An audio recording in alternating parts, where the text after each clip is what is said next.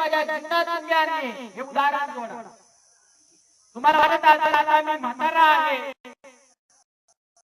आणि मी एकदा वयाने आता ख्रिस्तामध्ये जीवन जगत आहे आणि आता मी वृद्ध झालेलो आहे.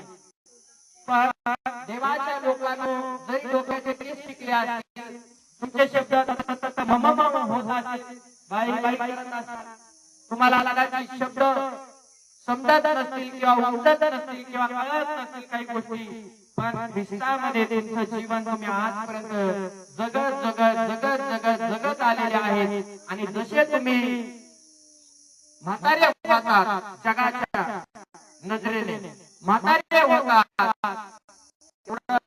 म्हाताऱ्यामध्ये ख्रिस्ताचं जीवन फार गोड तुम्हाला कसं दिसतं? कारण ते बालपणापासून वृद्धांपर्यंत ख्रिस्त राजामध्ये ते जीवन जगत आलेले आहे. आणि म्हणून स्तोत्र 92 वचन क्रमांक 13 मध्ये आहे, ते वृद्धपणात हिरवळतील आणि ते रसभरीत व टवटवीत असतील.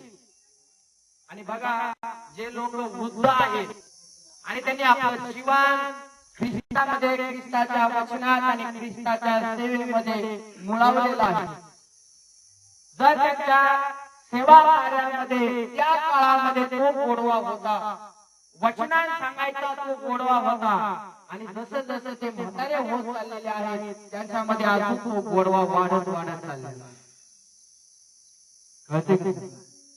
आणि ऐकणारे श्रोतेगण किंवा मंडळीतले लोक किंवा विश्वासणारे लोक त्यांचं बोलणं ऐकण्यासाठी अति आतुर होऊन ऐकत असतात.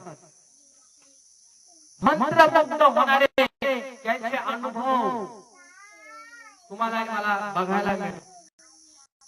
आणि नवीन लोक असतात, त्यांना वाटतं नाही का केस केले, पांढरे केस झाले, त्यांना काय आता हे कसं काय वचन करणार, असं करणार तसं करणार, अशा गोष्टी होतात. पण जेवढा मनुष्य वृद्ध होतो ना ख्रिस्त राज्यामध्ये, तेवढे अनुभव त्या माणसाला असतात. आणि तो म्हातारपणामध्ये देखील ख्रिस्ताचे गुण आपल्या मधून लोकांपुढे प्रगट करतो, बोलण्यात, चालण्यात, वागण्यात.